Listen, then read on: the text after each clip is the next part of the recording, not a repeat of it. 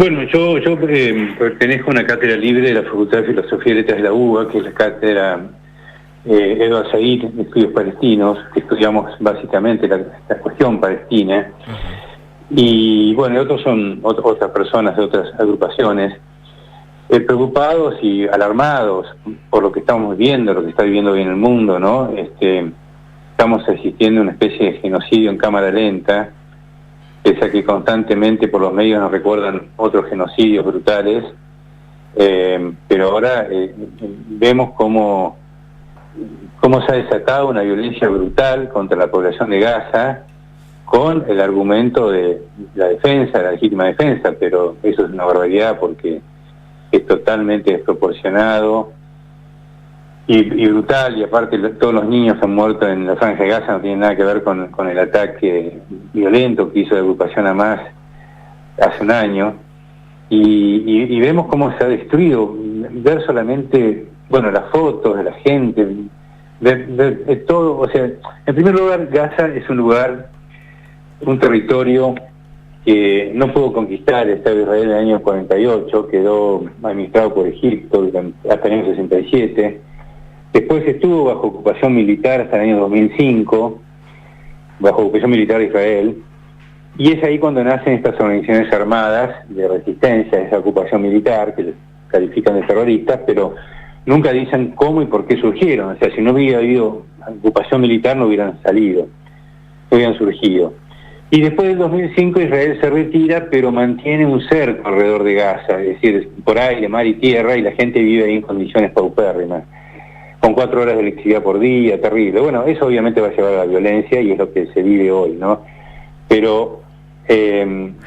perdón, quiero preguntarte algunas cosas respecto a esto.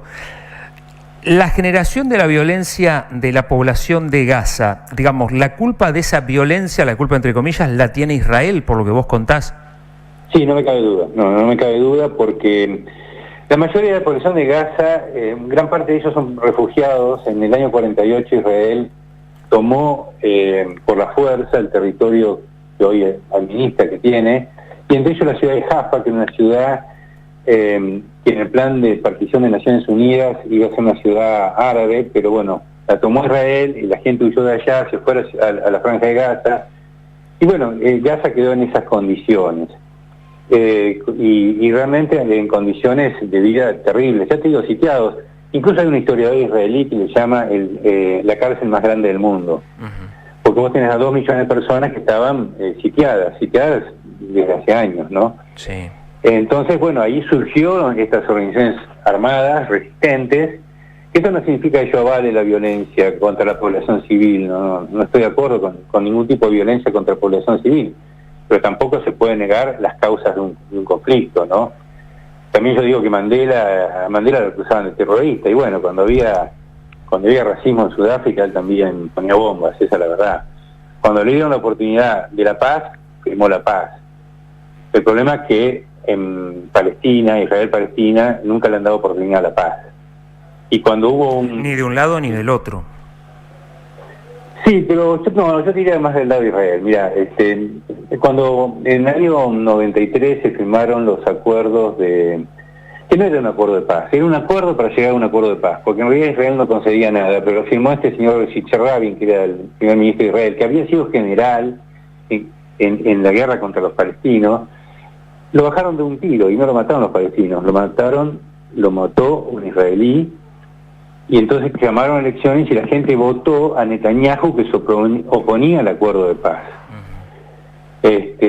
Entonces, los que realmente se han opuesto principalmente ha sido Israel, porque en ese momento hasta Arafat había reconoció al Estado de Israel, y Israel no reconoció el Estado palestino. Yo te iba a preguntar justamente eso. ¿Por qué no se reconoce al Estado de Israel como Estado? No, es que Palestina reconoció al Estado de Israel. En el año 88, en la conferencia de Argel, esas son mentiras que dicen los diarios. Ajá. En la conferencia de Argel, es más, no sé si Hamas no lo ha reconocido. Pero ellos aceptaban crear un Estado en el 22% del territorio que había pertenecido a los palestinos, y Israel se quedaba con el 78%. cuando la propuesta de arreglo de partición de la ONU del año 48, del 47 era totalmente distinta, o sea, le daban a Israel, que era el 30% de la población, el 54% del territorio, y a los palestinos, que es lo que vivían ahí hace 1500 años, les ofrecían el 45%, una cosa así. Bueno, la cuestión es que ahí cuando lo matan de un balazo a Rabin, desaparecen las posibilidades. Y a partir de ahí la violencia es creciente y brutal. Por eso digo que, viste, qué sé yo, en Sudáfrica también se vivía en una situación brutal, pero hubo un momento en que en realidad el boicot internacional al régimen blanco y racista de Sudáfrica obligó al régimen a llamarlo a Mandela, que estaba preso, y comenzar las tratativas de paz. Y a partir de ese momento en Sudáfrica, más allá de inconvenientes, que habrá y lo que vos sea, pero hay paz, que no hay más guerra, ¿entendés? Sí. Te pregunto esto porque, a ver, pareciera que, no sé si a vos te da la misma impresión, que depende dónde nos paremos a mirar la realidad, los muertos valen más de un lado que de otro, ¿no? Como que, nada, si mueren desde Israel, es una cosa, depende de donde se lo mire. Si mueren gente de la franja de Gaza, parece que tuvieran otro valor, siempre de acuerdo a donde se mire. Ahora, sean muertos de un lado o del otro, tienen esposas, tienen hijos, tienen madres, tienen padres. Me da la sensación que, esto que te decía, los muertos valen más o menos, depende a donde nos paremos a mirarlos. Estoy de acuerdo con vos, eso me parece terrible. Lo que pasa es que en general, en lo que se difunde en los países occidentales, porque obviamente en los países árabes es otra cosa, pero en los que se difunde en los países occidentales, o sea, acá hemos visto por la televisión que recuerdan, bueno, aparentemente 1.200 muertos que generó el ataque de Hamas el 7 de octubre del año pasado, pero no hablan de los 41.000 muertos. 41.000 muertos en Gaza, y además los que están debajo de los escombros que nadie sabe. Hay una revista inglesa, The Lancet, que calcula que son 180.000, lo que yo no sé, eso no lo puedo afirmar, pero es cierto lo que vos decís. Ahora, de los 41.000 muertos, de los cuales la mitad son niños, y a los niños no se los puede culpar del ataque de Hamas, bueno, de eso no se habla. Y acá quiero decir una cosa que es importante tener presente, porque la legítima defensa exige primero proporcionalidad y racionalidad, ¿no? Y aparte exige que el que se defiende no haya agredido primero. Eso también otra. Bueno, lo que pasa es que ahí nos vamos a ir hasta el momento, digamos, hasta cuando vino Jesucristo. No es así. Mira, bueno, digo, es una metáfora, digo. Si vamos no, mirando para atrás, siempre hay un culpable. No, pero vos sabés que yo te voy a decir una cosa. Cuando Palestina pertenecía al Imperio Otomano, hasta 1917, judíos, musulmanes y cristianos vivían en paz. Lo sé. Vivían en paz. ¿Y dónde se fueron los judíos cuando los echaron de España en 1492? Se fueron al Imperio Otomano. Es decir, no había una persecución a los judíos, como sí lo hubo en Rusia, en Polonia, en Ucrania, ¿entendés? Entonces, no es así.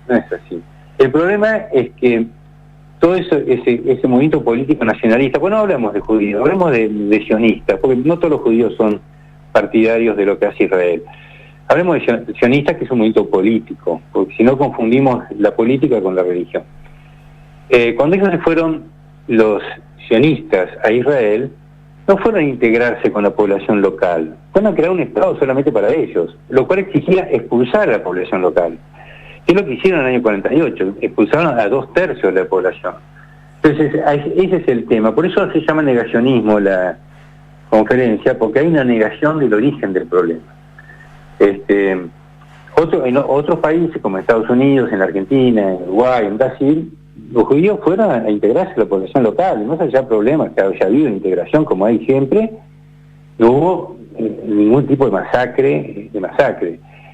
No hubo una guerra, y en cambio allá sí, porque fueron con otro objetivo, ¿no? O sea, el sionismo es un movimiento nacionalista, y el nacionalismo puede a veces es extremista, ese es el tema. Y quiero decir una cosita más. Sí, adelante. Yo sé que el tiempo es tirano en la radio, pero los castigos colectivos, la represalia de los castigos colectivos está penado por la Cuarta Convención de Ginebra sobre crímenes de guerra. Es decir, un castigo colectivo es un crimen de guerra, que es lo que está pasando en Gaza en este momento. Y al señor Prielke, no sé si te acordás, Prielke, sí, que vivió en la Argentina 30, 40 años y después lo extraditaron a Italia, y lo condenaron por cadena perpetua, aunque ya tenía como 90 años, porque él hizo eso. Él como los guerrilleros italianos pusieron una bomba y mataron a 30 o 33 soldados alemanes en un desfile militar.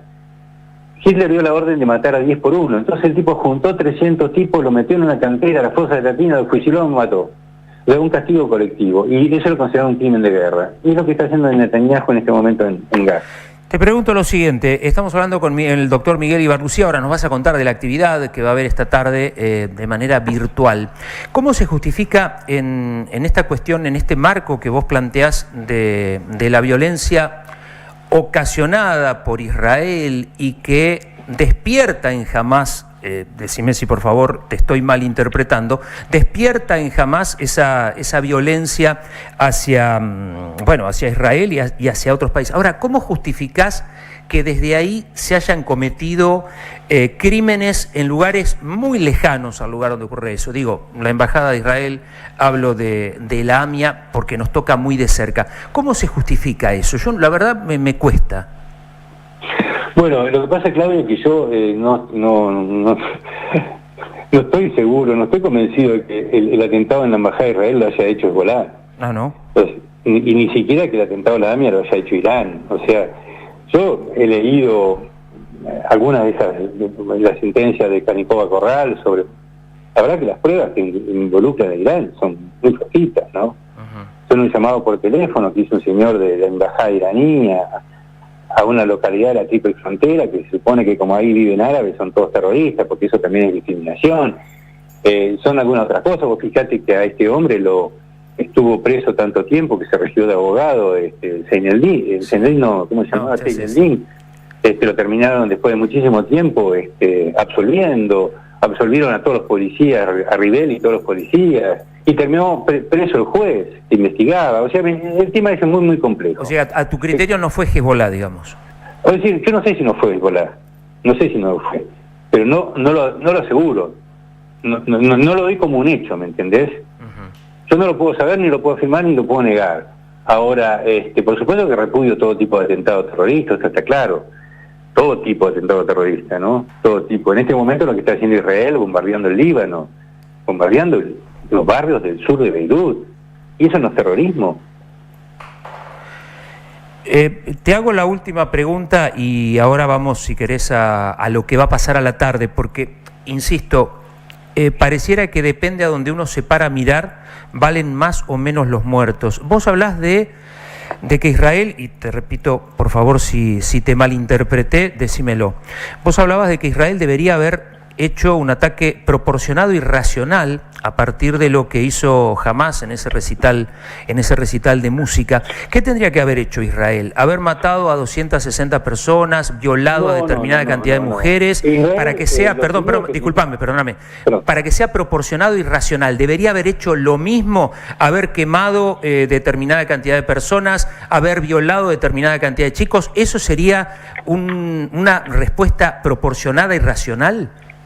No, una propuesta racional en todo caso de Israel sería buscar realmente a quienes han cometido eso, y si están escondidos en los túneles, ingresar, que a Israel no le falta tecnología, ingresar en esos túneles y castigar a los militantes de Hamás y no a la población civil. Pero perdón, ¿eso no lo tendría que hacer el mismo Estado? Bueno, ¿no lo debería hacer el mismo Estado si no está de acuerdo con lo que hicieron esos terroristas?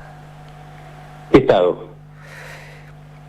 Porque Israel no reconoce el Estado palestino. Pero te pregunto a vos. No reconoció un Estado palestino. Pero vos sí. Es más, en los acuerdos de Oslo no reconoció la existencia del Estado palestino. Déjame decirte esto, Miguel, vos sí lo reconoces. Y te pregunto a vos, ¿no tendría que ser...? La Argentina reconoció en el 2012 el Estado palestino como muchísimos otros países del mundo. Bueno, pero por eso digo, ¿no sería el Estado palestino el que debería buscar a esos 50 si es que el Estado no está de acuerdo con lo que hicieron? Digo, acá en la Argentina, Sí, más allá de que ande la justicia o no ande... Es cierto, pero lo que pasa es que la Autoridad Nacional Palestina no tiene, no controla la Franja de Gaza, la controla jamás. La Franja de Gaza es un sector de Palestina que está controlado por Hamás.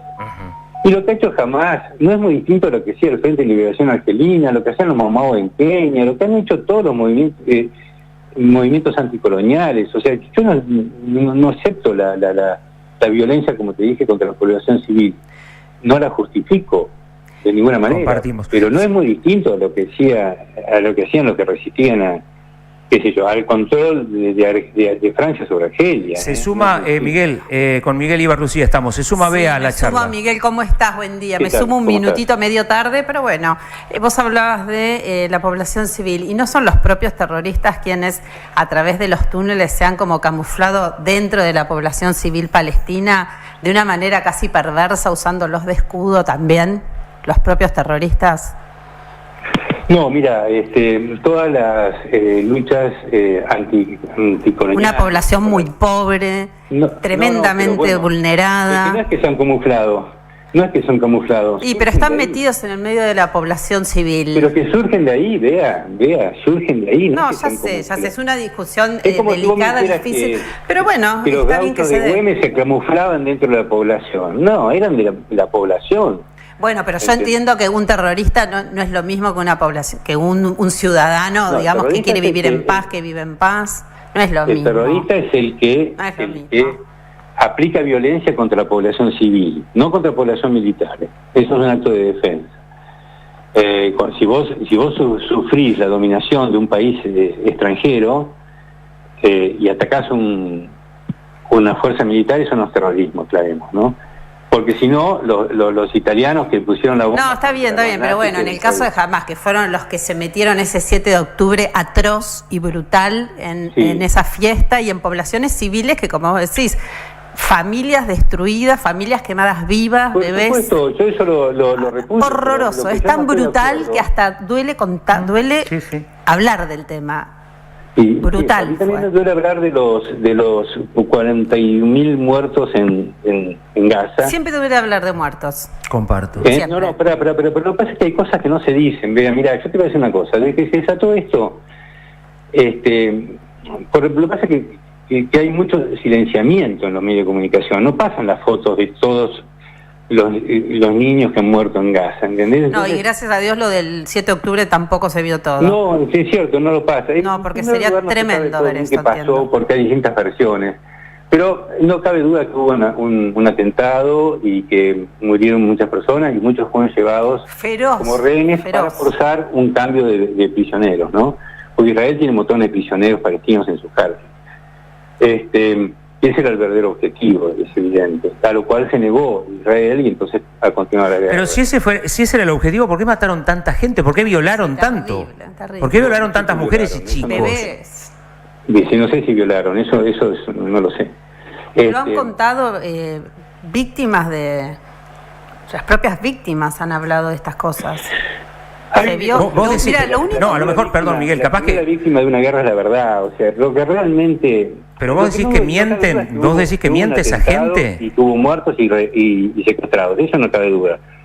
Yo el resto de que violaciones, todo eso, por lo menos yo no me hago cargo. Pero lo que digo es lo siguiente. Vos decís que se mezclan con la población, pero la verdad es que surgen de la población, porque vos tenés una población. Sí, está bien, pero no es lo mismo, no es lo mismo, Miguel. No es lo mismo alguien que quiere vivir en paz, que quiere buscar la paz a través del diálogo, que no plantea la desaparición de un pueblo entero, como están diciendo pueblos vecinos al pueblo judío, al pueblo de Israel, que directamente dicen que desaparezcan los judíos de la faz de la tierra. O sea, no es lo mismo. Un civil que va por... Vea, ¿de dónde has sacado que quieren la desaparición del pueblo? Bueno, lo hemos escuchado, Sí, lo están planteando. Pero por los medios podés escuchar de todo. No, bueno, por parte de... A ver, uno puede inventar alguna cosa, pero si vos estás viendo y escuchando a una persona, eso no se puede tergiversar. Que dijeran que tiene que desaparecer el pueblo entero, al contrario. Han dicho, es más, cuando Yasser Arafat firma los acuerdos, acepta que ellos, que eran los que vivían en Palestina, hasta que llegaron los ingleses y eran los dueños, se quedaban con el 22% del territorio y le reconocían el 78% del territorio a los judíos.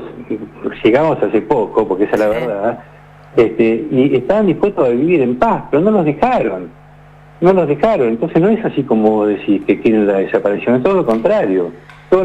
Bueno, no sé, estaría viendo. Hay mucha mala información. No, yo creo que no.